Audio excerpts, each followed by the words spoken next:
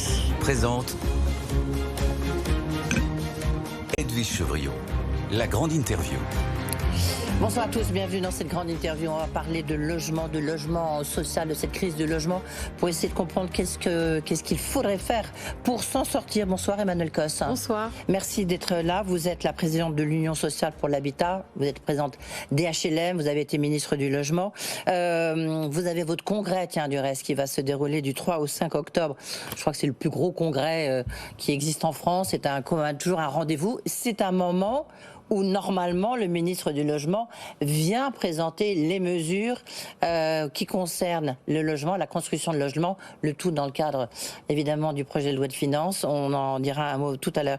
Juste, j'aimerais avoir un peu votre diagnostic sur cette crise qu'on traverse, crise du logement social, crise du logement. Est-ce que c'est une crise qui ressemble à celle de 2008 ?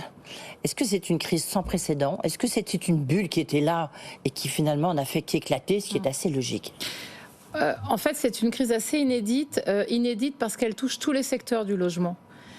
Crise du logement social, on ne produit pas assez, on a trop de demandes. Crise du logement locatif privé, avec une raréfaction des biens alloués partout. Et une crise de l'accession où en fait beaucoup de ménages voulaient acheter, voulaient évoluer dans leur vie et n'y arrivent pas. Et ce qui est inédit, c'est les trois secteurs en même temps bloqués et la force. C'est-à-dire qu'on a eu en effet la crise de 2008, mais la crise de 2008, c'est la crise des subprimes, c'est la crise d'une spéculation immobilière. Crise financière. C'est une crise financière qui affecte le logement, mais les logements sont là, ils sont produits. Là, aujourd'hui, on est dans une crise où les logements ne sont même pas produits. On n'est même pas à sauver des logements sortis de terre qui auraient du mal à trouver des acquéreurs. On n'a pas de logement, on n'a pas de projet. Et donc, on est... Oui, c'est un terrain vague. On est saisi par le rien en fait, par d'un seul coup la production de logements s'arrête, que ça soit de la production neuve, que ça soit de la production en réhabilitation d'immeubles anciens qui étaient plus habités, ça s'arrête totalement. Et à côté de ça, c'est aussi que ça va très vite. Et en effet, il y a eu des données qui ont été dévoilées la semaine dernière par plusieurs fédérations professionnelles, des risques de moins 150 000 emplois. Oui, ça c'était la Fédération du bâtiment qui l'avait dit ici surtout, même. Baisse de 40% des programmes mis en chantier. Mais pourquoi on en est là ? Vous voyez ce que je veux dire, c'est... Alors c'est une accumulation de choses. Le logement, la crise. C'est qu'on a eu des très mauvais ministres du logement. Pardonnez-moi. C'était avant vous. Ou après vous, pardon. C'était après moi. Je suis pas sûre que le problème ce soit les ministres. Je pense par contre que c'est une très mauvaise politique du logement.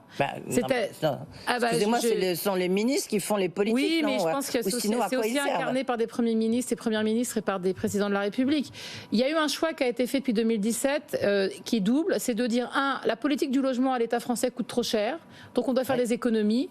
Et ensuite, c'est il faut ponctionner les secteurs du logement. Le résultat, c'est quoi ? Le logement social, on construit beaucoup moins, parce que depuis 7 ans, on est vraiment ponctionné sur nos loyers.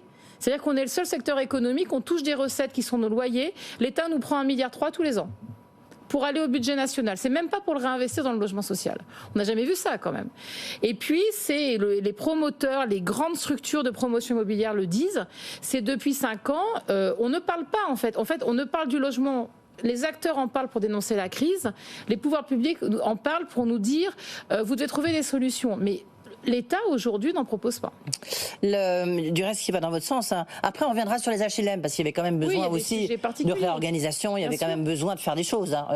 Mais là il y a une alliance inédite avec tous les grands acteurs justement de la fédération du bâtiment dont vous parliez, des HLM. Tous les grands acteurs se sont unis. C'était hier, avant-hier, pour dire attention, voilà ce qu'il faut faire, pourquoi il y a urgence.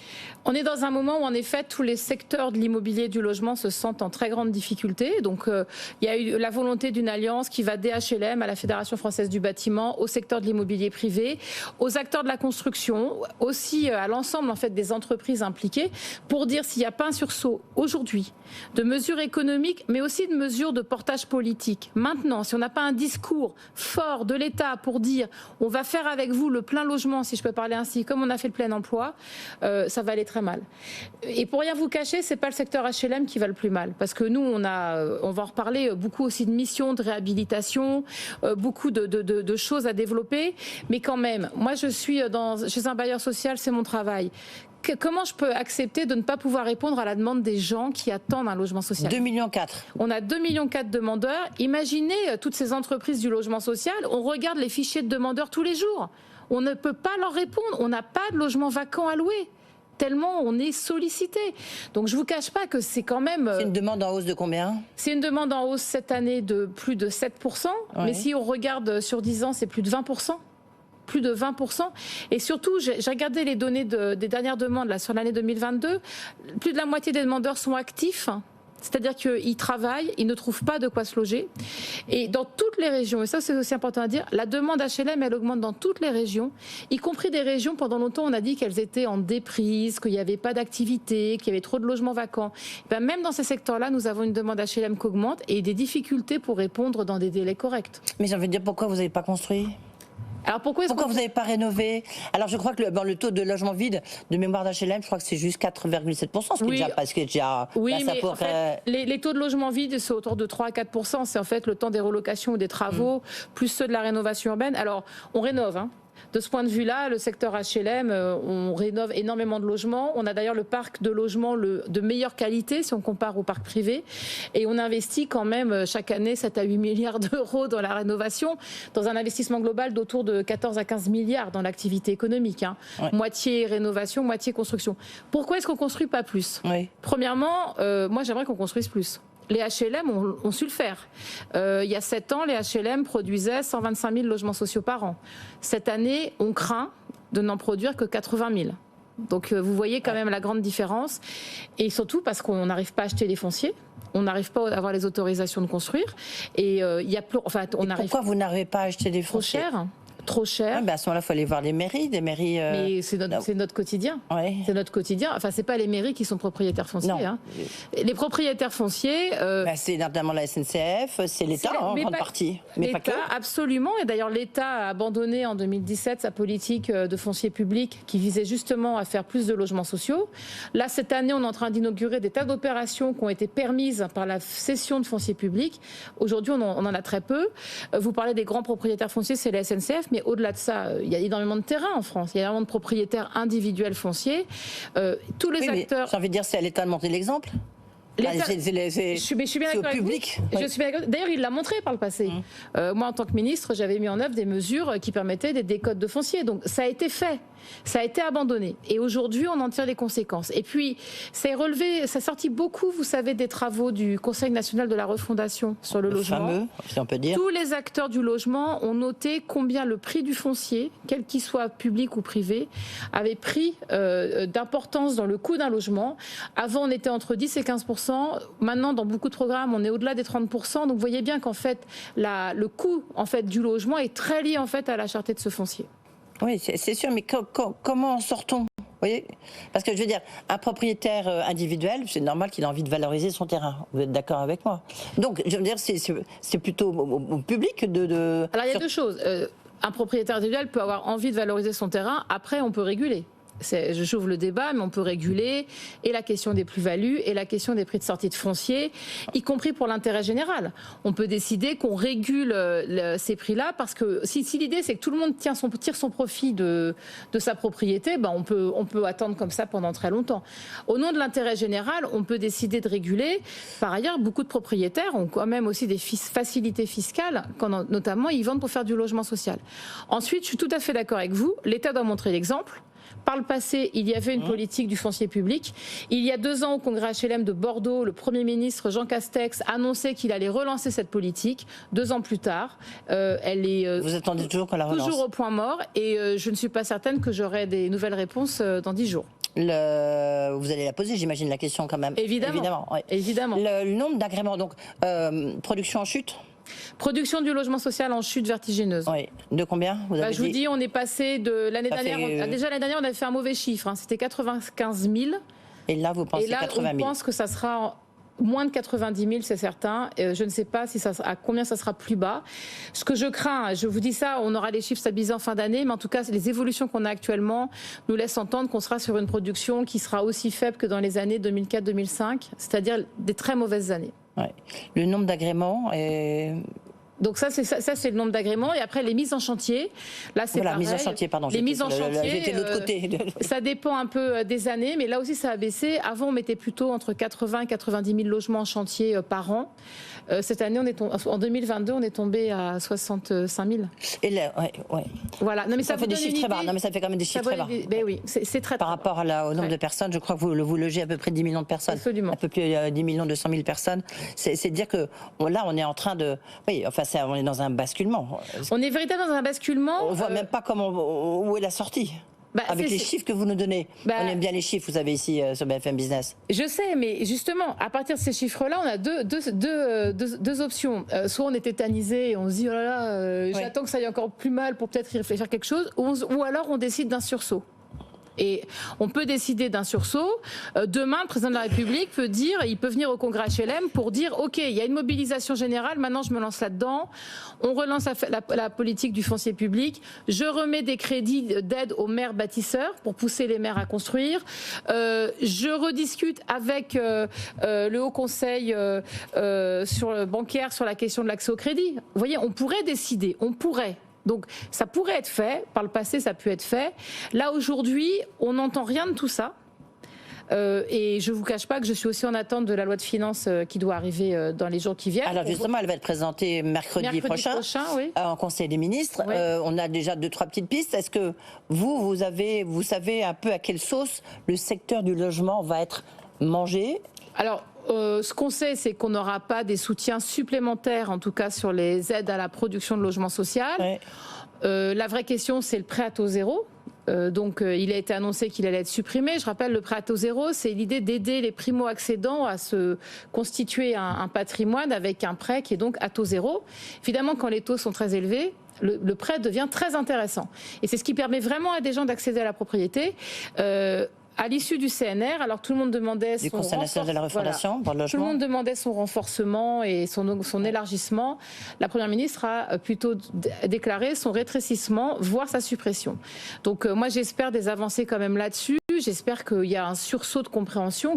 Vous leur demandez quoi ? J'imagine que vous discutez là actuellement. On demande que le prêt à taux zéro soit maintenu. Dans les conditions y compris Alors pas dans toutes les conditions. Dans les zones tendues, pas tant. Mais en tout cas, zone tendue comme détendue. Il faut arrêter de penser que quand on habite dans une zone qui est dite pas très chère, on n'a pas de problème de logement, c'est pas vrai.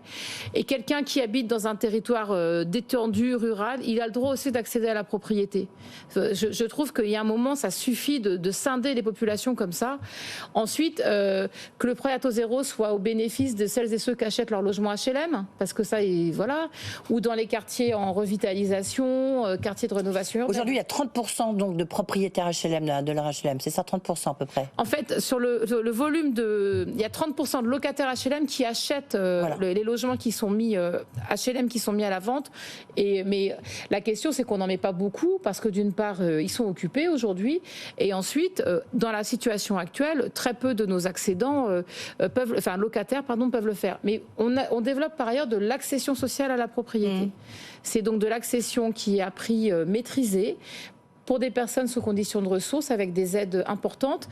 Et là, de la même manière, le prêt à taux zéro demain ça sera supprimé pour ces accédants, alors que c'est les couples de travailleurs essentiels qui veulent accéder à la propriété. Emmanuel Cos, d'abord, le président de la République, il va venir à votre congrès ? Non, non, il m'a écrit pour me dire qu'il ne pouvait pas venir. La Première ministre ? Je ne sais pas encore. Non, mais c'est un signe politique, c'est forcément un signe politique. Évidemment, le congrès HLM, c'est un congrès professionnel pendant 3 jours qui réunit 20 000 personnes. Donc, quand vous décidez de venir ou pas, évidemment que c'est important. C'est un message, oui. Mais c'est surtout, pour tout vous dire, et je n'en veux pas au président de la République ou à la Première ministre qui ne puisse pas venir. Enfin, je connais aussi les contraintes de ces fonctions-là. Mais moi, ce qui est important, c'est que on nous délivre des messages et pas juste. Et pour l'instant, vous n'en avez aucun ? Pour l'instant, j'en ai aucun. D'accord. Il y a combien ? Est-ce que vous observez une montée des impayés, que ça soit sur les questions énergétiques aux questions de loyer, tout simplement? Alors, nous l'avons observé durant l'hiver. Depuis, les impayés de loyer se sont plutôt stabilisés. À hauteur de combien? Alors, c'est un peu compliqué à vous dire parce qu'on est sur des ratios difficiles. Enfin, peut-être que je vous dirais pas un pourcentage parce que ça varie trop actuellement. Mais, non, mais c'est juste pour avoir un ordre de... quand même, on a un peu plus de 20 milliards d'euros de loyer, donc on a quelques pourcentages d'impayés. Mais ça, là, l'année dernière, en fait, avec l'inflation, on a eu des va-et-vient va-et-vient énormes qui sont très liés en fait à l'augmentation du coût de l'énergie, pour tout vous dire. Ce que je ne sais pas encore, et c'est ça qu'on va analyser, c'est avec l'amélioration quand même du marché de l'emploi, c'est ce que nos locataires sont en situation de fragilité moindre. Pour l'instant, ça ne s'est pas avéré. Donc c'est important. Il me paraît aussi important de vous dire que beaucoup de nos locataires sont retraités. Et donc on a beaucoup de retraités pauvres dans nos locataires. Ouais. À propos, là, on a beaucoup pointé du doigt la mesure qui avait été prise par vous-même, vous l'avez mentionné sans complètement la mentionner, la mesure qui avait été prise sur l'APL au tout début du mandat, du quinquennat, du premier quinquennat d'Emmanuel Macron. Est-ce que pour vous c'est un facteur qui a vraiment joué?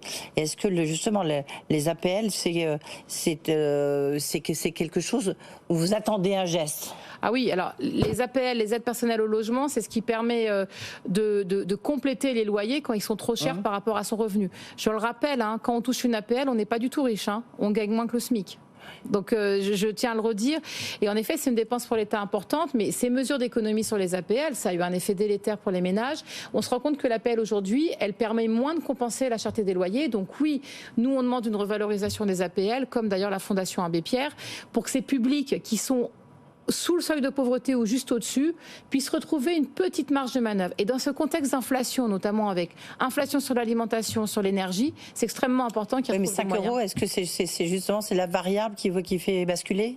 Pardon ? 5 €, c'est vraiment la variable qui fait basculer? Non, 5 €, c'était aussi le symbole. Oui. C'est-à-dire qu'au moment où on oui, mais au-delà du symbole, maintenant ça va, le symbole 5 € a quelques années. Quand vous avez comme revenu 570 €, oui, ce qui est quand même une partie de nos locataires, 5 € ça pèse. Et quand vous avez 1 300 € et que vous avez plusieurs enfants, oui, 5 € ça a un impact. Je me rappelle très bien d'une députée à l'époque qui disait « mais 5 €, tout le monde ajuste avec ça ». C'est pas vrai. Quand on vit chichement, quand on compte vraiment son argent euro par euro, la réalité c'est que 5 € c'est important. Il suffit d'aller dans une distribution de collecte alimentaire au Resto du Cœur pour en discuter avec ses bénéficiaires. Je vous assure que 5 € c'est pas une futile. Merci beaucoup Emmanuelle Costa d'être venue ici, donc la présidente d'HLM, congrès important, donc à partir du 3 octobre, et vous attendez les mesures du le projet de loi de finances. Vous me direz, vous le saurez mercredi prochain. J'imagine qu'on va quand même vous prévenir un peu avant. J'espère. Mais vous attendez des choses, pas sûr que vous les ayez. Merci beaucoup d'avoir été avec nous.